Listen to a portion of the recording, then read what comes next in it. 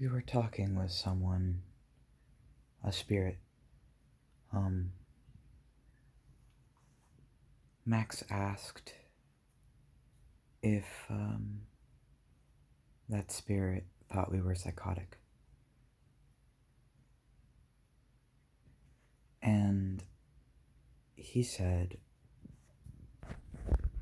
that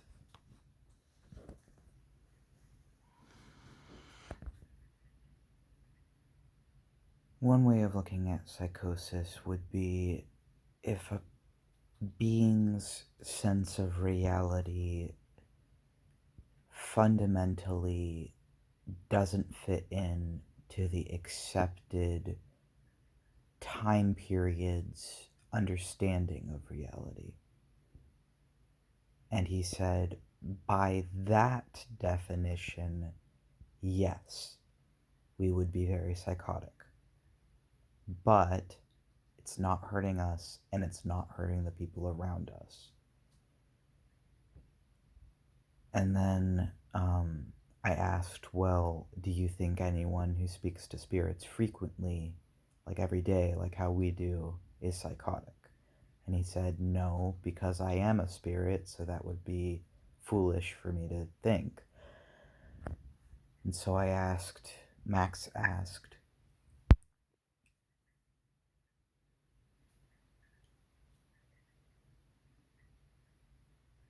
no, I told it backwards. Then he said,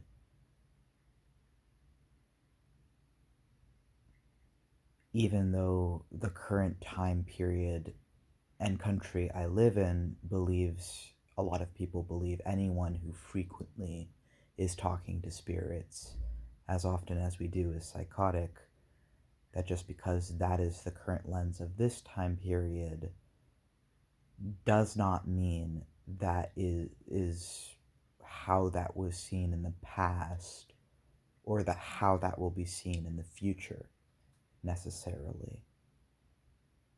And I guess we just wanted to share this. Max wanted to share this because he found it interesting. Because we're a magician, and one of the things we realized the further we've gotten into magic is that as we're exploring the other world and the magical world, the occult world, which means hidden, that word actually, I think it originates from hidden, so the hidden worlds, as we explore that within ourself and outside of ourself through ourself, we're actually exploring our own psychology. And some people would say, oh, that means it's all in your head, it's all in your head. How we see it is that what's inside mirrors a lot of times what's outside. Like, as above, so below, as below, so above. We think it's both, kind of, and you can combine them or separate them. And we do talk to spirits every day, including the spirits that make up this being, which is, multiple, or perhaps it's one split into multiple. We're not quite sure. We don't know what it is from a psychological perspective, although we suspect that we either have DID or otherwise specified dissociative disorder, because we know we have a system. I mean, it's pretty obvious to tell, but we don't know if it's like beyond that anything. So, because we don't have like amnesia, as far as we know, we don't have amnesia, although we do have complex post-traumatic stress disorder.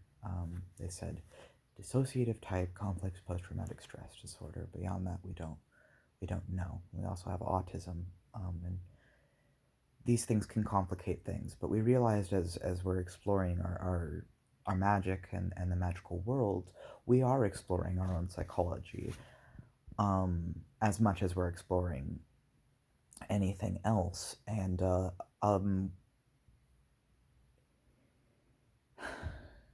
these people we talk to every day are just as real as the host, Max, is. And it can be confusing because I feel like we're someone who definitely lives perpetually in a different reality from the people around us often, and the accepted reality, the accepted, uh, what do they call it? The real world.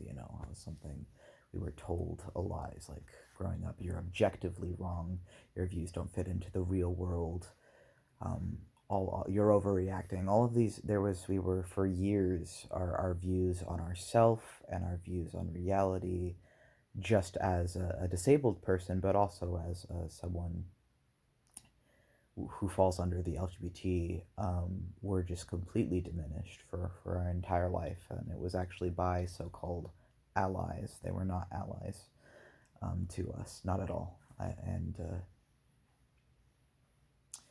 But our views on our existence, on our identity, on everything had always been controlled by other people for a long, long time, until we got away from that and just let ourselves explore things. And then we got into witchcraft, and we got into different means of relief from a real world that required our pain to exist within it, that required our suffering as the expected default. And so when we left that, now that we live in our own world, we are more at peace, because we don't have to submit our suffering to other people. When we talk to spirits, they don't treat us how humans treat us. They don't care that we're disabled. They don't care that we're autistic or plural, multiple beings as one whole. We just speak, and it's just right, and it feels good, and it doesn't feel how it feels when I'm among humans. I feel like when we're with people, we kind of just feel like we stick out like a sore thumb, and it's for a variety of reasons, but it feels bad. It feels bad knowing that it's more than just if it is psychotic or whatever. It's more than that. We've always fundamentally been different as an autistic being. And before we were diagnosed, we knew that, and we felt that, and we hated ourselves. We hated our existence for not being able to be normal. And we spent the most of the first 2 decades of our life trying as hard as we possibly could to be normal, to fit in, to do whatever we were told, to get good grades in school, to listen to our parents, to listen to whoever, to just suck it up and do it. And all that ever gave us was now diagnosed complex post-traumatic stress disorder and years of lying to ourselves in order to fit in and uphold a reality we fundamentally can't fit into without choosing to suffer for other people's comfort. And in choosing not to, and choosing to stop listening, to stop submitting our pain to the people around us, and choosing to instead learn to be authentic, we have literally lost everything from that life. We were disowned, we have essentially barely any contact with our former blood family, who is not who we rely on anymore at all for familial love or familial affection, because we don't really consider them capable of supporting us in that way. They've never really been able to. We have one family member who we can kind of have a surface level relationship with, and we think there's hope for the future, maybe more, but maybe with other family members. But at this time, it's just very complicated there. And I mean, we're okay with that because we'd rather be taking care of ourselves. We'd rather live as we currently do without that and with self respect and self love than how we lived when we were a part of that abusive system. But yeah, I mean, in choosing to learn to love ourselves and in choosing to be authentic, we have lost everything from that former life. We actually consider that person literally dead. Like we consider the person we were um, for, I mean, 20 years of our life to be a very much dead person. They don't exist anymore. That ego is dead. That identity is dead. That mask we were forced into wearing is a dead person. And part of that is to do with us being a man in a feminine presenting body. Although we pass fairly well now, we would say. But yeah, it's just I've been thinking a lot about this, and Max wanted to share that conversation with that spirit because whether or not we're psychotic, we understand that we developed in a way that fundamentally just doesn't really fit in with our current time period, with the current understandings, and with what is socially acceptable. And we sincerely hope that there can come a day where people like us don't so commonly have the kind of upbringings that we see people like us having. We have noticed that the suicide rate for a lot of people like us is incredibly high, both for people with our disabilities and the LGBT groups we fall under. We have noticed that it is a very common shared experience, both for the people with our disabilities and for the people in the LGBT groups we fall under, to be sexually abused. Abuse is very, very common. Other forms, psychological abuse is very, very common. Even just being disowned, which is something that completely changed my life, that happened last year. That is also inordinately common for people with our life experiences. And so we know that despite what we were raised to believe, right? Because we were raised to believe we were an unlovable freak of nature who was an abomination, who would never, ever be happy unless we would submit to whatever everyone else wanted, whatever the systems in place wanted, whatever our parents wanted, our family system wanted us to be as a scapegoat, whatever the school systems were telling us, the doctors were telling us, all of these adults, these people who should have been there for us, who just weren't and couldn't be and refused to see us and refused to see what was going on because it took less calories in their brain and it took less energy to just blame us and brush us under and push us away. And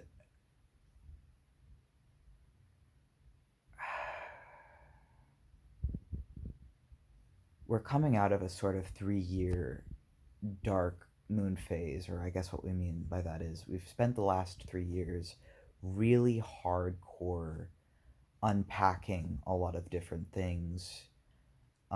So we're 23. So ever since we turned 20, we've really been taking time to reflect on how on why on why things have been the way they've been.